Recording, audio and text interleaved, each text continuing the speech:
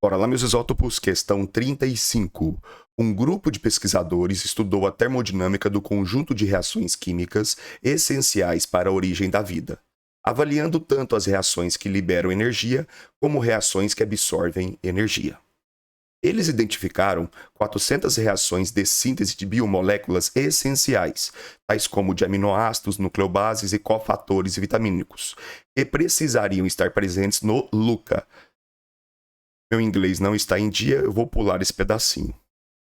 Entre os resultados mais importantes estavam os valores de energia livre de Gibbs, os quais revelaram que muitas das reações estudadas são espontâneas nas condições encontradas nas chaminés submarinas, vulcões presentes no assoalho oceânico, isto é, em pH e temperatura elevados.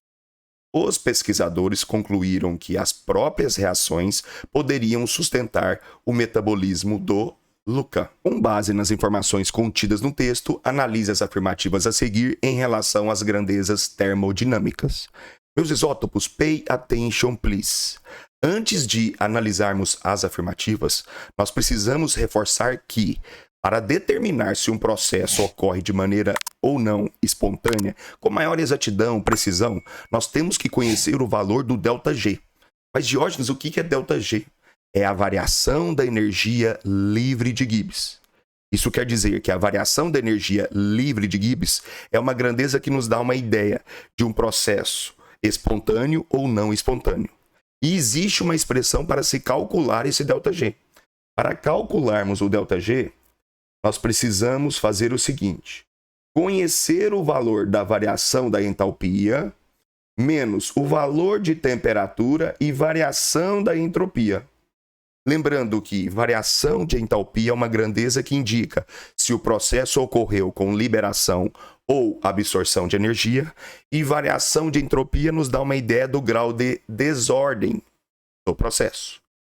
Diógenes, então se eu calculo esse ΔG, eu consigo deduzir se o processo é ou não espontâneo? Perfeito.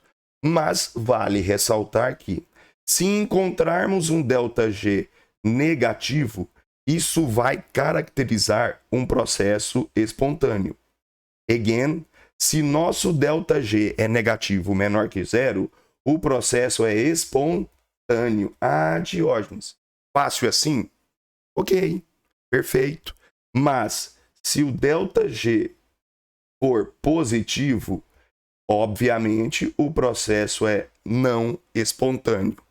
E para ΔG igual a zero, nós temos um processo em equilíbrio. E lembrem que, quando um processo se encontra em equilíbrio, as concentrações das espécies participantes não se alteram mais. Diógenes, então vamos lá calcular esse ΔG. Eu não tenho o valor da variação da entalpia, eu não tenho a temperatura e nem a variação da entropia. Sendo assim, essa expressão até então não me serve de nada. Diógenes? E como que nós vamos calcular o ΔG para analisarmos as afirmativas? Meus isótopos, vou construir uma tabelinha aqui. Prestem bastante atenção. A partir dessa tabela, nós seremos capazes de deduzir se o processo ocorreu de maneira espontânea ou não. Fácil assim, Diógenes? Com certeza.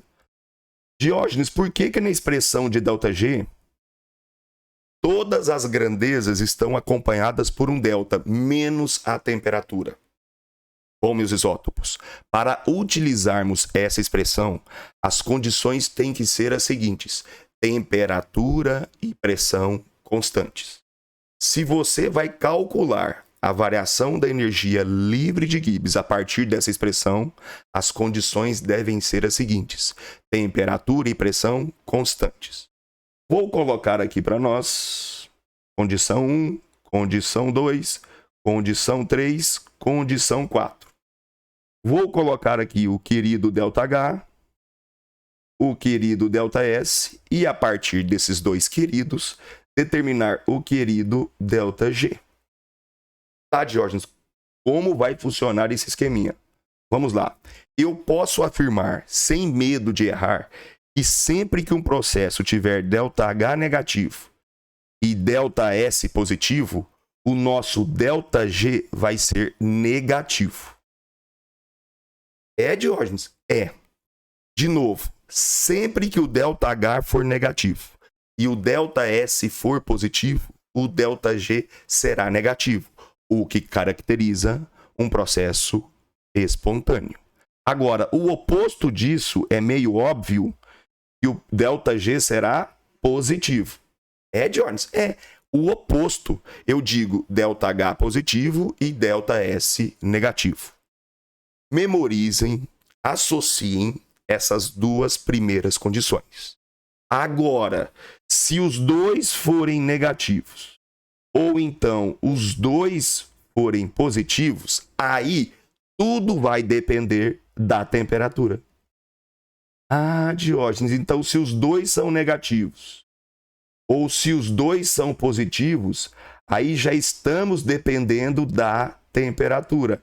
Perfeito, perfeito, perfeito. Agora o que nós vamos fazer? Analisar as afirmativas. Então, me aguardem aí um segundinho. Pronto. Afirmativa 1. Deixa eu já colocar o vermelhinho aqui. Reações espontâneas. Reações espontâneas. Aquelas que têm ΔG negativo. Sempre apresentam um valor de variação de energia livre de Gibbs negativo? Sim. Para uma reação ser considerada espontânea, o ΔG tem que ser negativo.